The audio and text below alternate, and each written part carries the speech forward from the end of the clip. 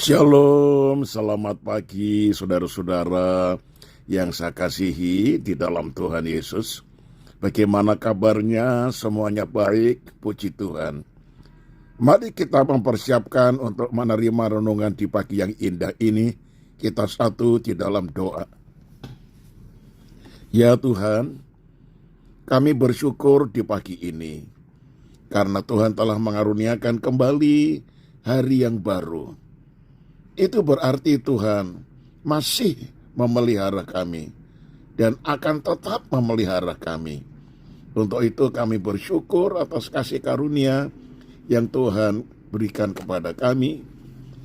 Perkenankan kami membuka hati, mendengar firman yang disampaikan kepada kami lewat suara gembala. Terima kasih Tuhan, berfirmanlah. Di dalam nama Tuhan Yesus, haleluya, amin. Tema renungan pagi ini yaitu Tuhan Penyembuh.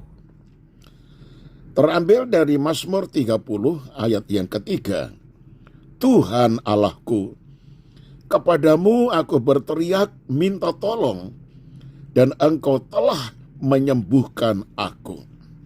Saudaraku yang kekasih, di hadapan umat pilihan Tuhan yaitu bangsa Israel, Tuhan sendiri menyatakan dirinya sebagai Jehovah Rafa, yaitu Tuhan yang menyembuhkan. Demikianlah firman Tuhan di dalam Keluaran 15 ayat 26. Jika kamu sungguh-sungguh mendengarkan suara Tuhan Allahmu dan melakukan apa yang benar di matanya dan memasang telingamu kepada perintah-perintahnya dan tetap mengikuti segala ketetapannya, maka Aku tidak akan menimpakan kepadamu penyakit manapun yang telah kutimpakan kepada orang Mesir, sebab aku Tuhanlah yang menyembuhkan engkau. Nah saudara, kesembuhan yang Tuhan sediakan bagi umatnya bukan hanya kesembuhan secara fisik, melainkan juga mencakup kesembuhan secara rohani yang berupa pengampunan dosa. Tetapi sayang, begitu banyak orang Kristen yang menganggap bahwa kesembuhan dari Tuhan adalah cerita yang sudah usang di dalam Alkitab, dan di masa sekarang kesembuhan hanya diperoleh melalui penanganan medis atau melalui pelayanan seorang dokter. Nah saudara, dengarlah baik-baik.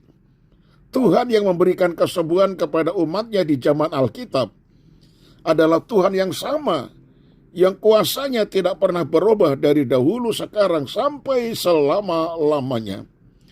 Alkitab menyatakan bahwa melalui pengorbanan Kristus di kayu salib, segala kutuk dosa telah dipatahkan, dan salah satu kutuk dosa itu adalah sakit penyakit. 1 Petrus 2:24 berkata demikian. Ia sendiri telah memikul dosa kita di dalam tubuhnya di kayu salib, supaya kita yang telah mati terhadap dosa hidup untuk kebenaran. Oleh bilur-bilurnya kamu telah sembuh.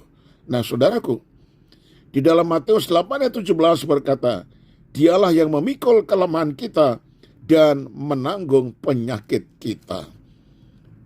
Karena itu, tidak ada alasan bagi kita untuk tidak mempersembahkan korban syukur kepada Tuhan, seperti yang Daud lakukan dalam Mazmur 103 ayat 2 dan 3. Pujilah Tuhan, hai jiwaku, dan janganlah lupakan segala kebaikannya. Dia yang mengampuni segala kesalahanmu, yang menyembuhkan segala penyakitmu. Nah saudara, bagi saudara yang saat ini sedang terbaring tak berdaya di tempat tidur karena sakit penyakit, arahkanlah pandangan saudara kepada Tuhan yang adalah dokter di atas segala dokter, sang tabib yang ajaib, Tuhan yang adalah penyembuh. Doa orang yang benar bila dengan yakin didoakan sangat besar kuasanya. Itu sebabnya saudara jangan bimbang dan ragu. Mari berdoalah dengan iman dan terimalah kesembuhan dari Tuhan. Saya tutup dengan Yeremia 30 ayat 17. Sebab aku akan mendatangkan kesembuhan bagimu. Aku akan mengobati luka-lukamu. Demikianlah firman Tuhan. Haleluya, amin. Tuhan Yesus, kami bersyukur untuk firman Tuhan yang benar-benar menjanjikan kepada kami bahwa penyakit kami telah Engkau tanggung dan kami sudah disembuhkan.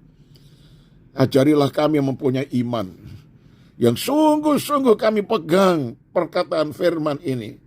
Dan Engkau pasti akan mengatakan, jadilah seperti yang kau imani. Segala pujian, hormat, dan syukur kami menyerahkan khususnya anak-anak-Mu yang masih terbaring sakit. Kiranya Tuhan peliharakan iman mereka untuk fokus hanya memandang kepada kebesaran kuasa Tuhan yang tidak berubah dahulu, sekarang, sampai selama-lamanya. Bukan berfokus kepada sakit penyakit lalu merasa sedih. Tuhan, ampunilah. Biarlah penyakit apapun yang kami derita, Engkau mempunyai kuasa untuk memberikan kesembuhan. Segala hormat, pujian, dan syukur hanya demi kemuliaan nama-Mu kami sudah berdoa dan menyerahkan seluruh aktivitas kami sepanjang hari ini. Tuhan pimpin dan berkati. Engkau karuniakan hikmat bagi kami untuk mengelola pekerjaan yang sudah Tuhan percayakan, sehingga akhirnya mendapatkan keberhasilan.